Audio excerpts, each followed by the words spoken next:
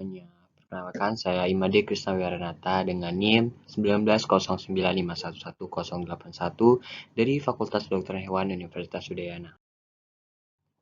Pada materi bakteriologi dan mikologi yang diampu Dr. Hewan Inengah Kertabesung MSI, Dr. Hewan Ketutono PGMKes, Dr. Hewan IGK Soljana MP, Dr. Hewan Hapsari Mahatmi MP, dan Dr. Hewan Putu Henry Wihasa Sudipa MSI.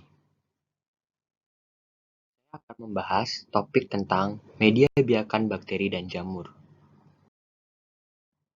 Poin pembahasan pada materi kali ini yaitu pengertian, manfaat dan fungsi, komposisi pertumbuhan, dan macam-macam media. Mari kita ke pengertian dari materi ini. Media biakan bakteri dan jamur yaitu suatu bahan yang terdiri atas campuran nutrisi atau nutrien yang digunakan oleh suatu mikroorganisme untuk tumbuh dan berkembang biak pada media tersebut. Selanjutnya, apa sih manfaat dan fungsinya? Media ini berfungsi untuk menumbuhkan, memperbanyak, mengisolasi, serta mengidentifikasi bakteri. Guna kepentingan mengidentifikasi bakteri, perlu mempelajari morfologi serta sifat dari bakteri tersebut.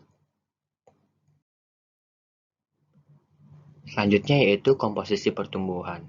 Adapun beberapa komposisi pertumbuhan yaitu yang pertama pH, yang kedua suhu, yang ketiga nutrien, yang keempat oksigen, yang kelima tekanan osmosis, dan yang terakhir sterilitas. pH.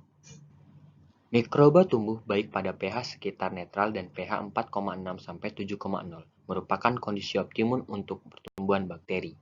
Sedangkan kapang dan kamir tumbuh pada pH yang lebih rendah. Suhu merupakan salah satu faktor lingkungan yang berpengaruh terhadap pertumbuhan mikroba. Berdasarkan kisaran suhu pertumbuhan, mikroba dibedakan atas 3 kelompok sebagai berikut. Yang pertama psikrofil, yaitu mikroba yang mempunyai kisaran suhu pertumbuhan pada suhu 0-20 derajat Celcius. Yang kedua mesofil, yaitu mikroba yang mempunyai kisaran suhu pertumbuhan 20-45 derajat Celcius. Dan yang ketiga yaitu termofil, yaitu mikroba yang suhu pertumbuhannya di atas 45 derajat Celcius. Selanjutnya yaitu nutrien. Mikroba sama dengan makhluk hidup lainnya yang memerlukan suplai nutrisi sebagai sumber energi dan pertumbuhan selnya. Unsur-unsur dalam dasar tersebut adalah karbon, nitrogen, hidrogen, oksigen, sulfur, fosfor, zat besi, dan sejumlah logam lainnya, yaitu oksigen. Mikroba mempunyai kebutuhan oksigen yang berbeda-beda untuk pertumbuhannya. Berdasarkan kebutuhannya akan oksigen, mikroba dibedakan atas 4 kelompok sebagai berikut. Yang pertama aerob, yaitu mikroba yang membutuhkan oksigen untuk pertumbuhannya. Yang kedua adalah anaerob, yaitu mikroba yang tumbuh tanpa membutuhkan oksigen. Yang ketiga adalah anaerob fakultatif, yaitu mikroba yang dapat tumbuh atau tanpa adanya oksigen. Yang keempat atau yang terakhir yaitu mikroaerofil, yaitu mikroba yang membutuhkan oksigen pada konsentrasi yang lebih rendah daripada konsentrasi oksigen yang normal di udara. Mikroba perusak pangan sebagai besar tergolong aerob, yaitu membutuhkan oksigen untuk pertumbuhannya. Selanjutnya yaitu tekanan osmosis. Suatu tekanan osmose akan sangat mempengaruhi bakteri jika tekanan osmose lingkungan lebih besar atau hipertonis, dan sel akan mengalami plasmolisis atau pelepasan. Yang terakhir yaitu sterilitas. Media harus dapat dalam keadaan steril. Artinya, sebelum ditanami bakteri, yang dimaksud tidak ditumbuhi oleh mikroba lain. Selanjutnya yaitu macam-macam media. Yang pertama, media berdasarkan bentuknya, berdasarkan komposisi atau susunannya, dan yang terakhir berdasarkan fungsinya. Mari kita ke media berdasarkan bentuknya. Salah satunya yaitu media padat. Media padat merupakan media yang mengandung banyak agar atau zat pemadat kurang lebih 15% agar sehingga media menjadi padat. Media ini dapat dibedakan menjadi 3 jenis menurut bentuk dan wadahnya, yaitu media tegak, media miring, dan media lempeng. Yang selanjutnya, media semi padat atau semi cair. Media semi padat atau semi cair merupakan media yang mengandung agar kurang dari yang seharusnya kurang lebih 0,3% sampai 0,4%, sehingga media menjadi kenyal, tidak padat, dan tidak begitu cair. Umumnya digunakan untuk pertumbuhan mikroba yang banyak memerlukan air dan hidup anaerobik dan untuk melihat pergerakan mikroba. Yang terakhir yaitu media cair. Media cair merupakan media yang tidak ditambahi bahan pemadat. Umumnya digunakan untuk pertumbuhan mikroalga kalau ke dalam media tidak ditambahkan zat pemadat. Umumnya dipergunakan untuk pembiakan mikroalga tetapi juga mikroba lain, terutama bakteri dan reagi.